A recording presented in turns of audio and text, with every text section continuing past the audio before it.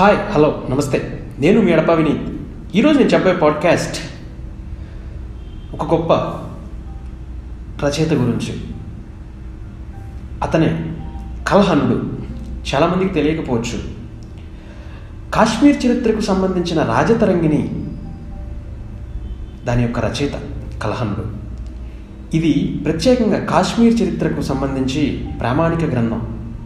అతను 1148 మరియు 1149 మధ్య సంస్కృతంలో ఈ రచనను రచించాడు. కల్హణుడు మినహా 13వ శతాబ్దానికి ముందు కాలక్రమానుసారం లేదా ప్రాచుర్యం చెందిన మరొక సాహిత్య రచనలు అంతగా లేవు. వాస్తవానికి లభించినా కూడా ఎక్కువ స్థలభావ వివరణ ఉన్న రచనలు పెద్దగా కనబడట్లేదు. కల్హణుడు కాశ్మీరీ హిందూ కుటుంబంలో కాశ్మీరీ మంత్రి అయిన చంపాకకు జన్మించాడు. అతను బహుశా లోహర రాజవంశానికి చెందిన రాజు హర్షాకు సేవ చేశాడు అనేది చరిత్రలో ఉంది.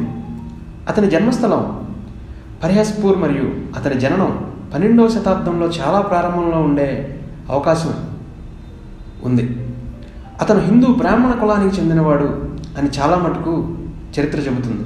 ముఖ్యంగా అతని సంస్కృత జ్ఞానం ద్వారా సూచింపబడింది ఏంటంటే, రాజతరంగిణిలోని 8 పుస్తకాల్లో ప్రతిదానికి పరిచయ పద్యాలు హిందూ దేవత అయిన శివుని ప్రార్థనలతో కొనసాగుతుంది. ఆ సమయంలో కశ్మీర్లోని చాలామంది హిందువులతో సమానంగా అతను బౌద్ధ మతం పట్ల కూడా తన ఆకర్షితుడై సానుభూతిపరుడై మరియు బౌద్ధులు హిందువుల పట్ల ఏ భావాన్ని అయితే ప్రదర్శిస్తారో అదే భావాన్ని ప్రతిస్పందించి దాన్ని తెలియచేశాడు.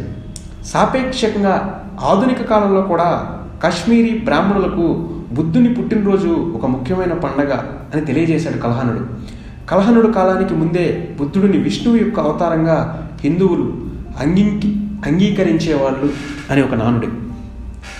11వ శతాబ్దానికి చెందిన కవి బిల్హణుడు రాసిన విక్రమాంక దేవ చరిత్ర, రామాయణం మరియు మహాభారతం వంటి పూర్వ ఇతిహాసాలతో కల్హణకు సుపరిచితం ఉంది.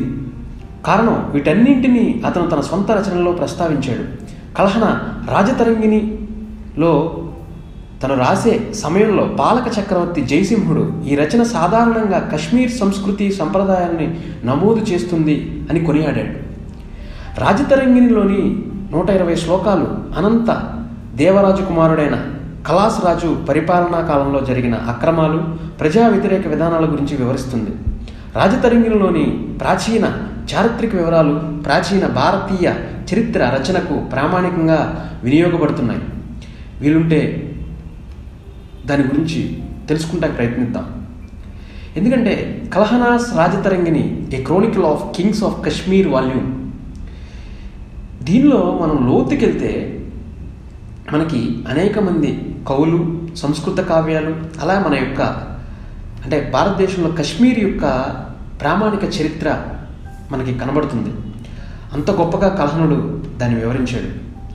ఎందుకంటే చరిత్ర ఆధారిత ప్రాంతాలు, చరిత్రకు సంబంధించిన ప్రామాణికాలు, చరిత్రకు సంబంధించిన సాంస్కృతిక గ్రంథాలు, గ్రంథ పఠనాలు ఎక్కడైతే ఎక్కువ మనకి దొరుకుతాయో ఉంటాయో వాటి గురించి, వాటి ఎనాలిసిస్, ఫిలాసఫీ, అలాగే రైటింగ్స్ని మనం తెలుసుకుంటే మనం తర్వాత యొక్క తరానికి మనం కథలుగా కానీ లేకపోతే పాటల రూపంగా కానీ లేదా హిస్టరీలో ఉన్న ఐడెంటిటీస్ని కానీ చెప్పడానికి ట్రై చేయొచ్చు. ముందు మనం కల్హణుడి యొక్క చరిత్ర తెలుసుకుంటే దాని తర్వాత కశ్మీర్ యొక్క చరిత్ర మనం తెలుసుకుంటాం. ఎందుకంటే అంత బాగా తన కావ్య రూపంలో రచించాడు కల్హణుడు. కాబట్టి కశ్మీర్ ప్రజలు ఎక్కువ శాతం హిందువులుగా ఉండేవాళ్ళు అనేది కల్హణుడి యొక్క చరిత్ర. వాళ్ళ యొక్క సౌరభ్యం, వాళ్ళ యొక్క భావాలు, వాళ్ళ యొక్క స్వేచ్ఛ, వాళ్ళ యొక్క ప్రామాణిక చరిత్ర కల్హణుడు రచించిన విధంగా ఏ ఒక్క రచయిత కూడా తరువాత తరంలో రచించలేదని చెప్పాలి. మేబీ చాలామంది రాసి ఉంటారు, చాలామంది తెలుసుకొని ఉంటారు.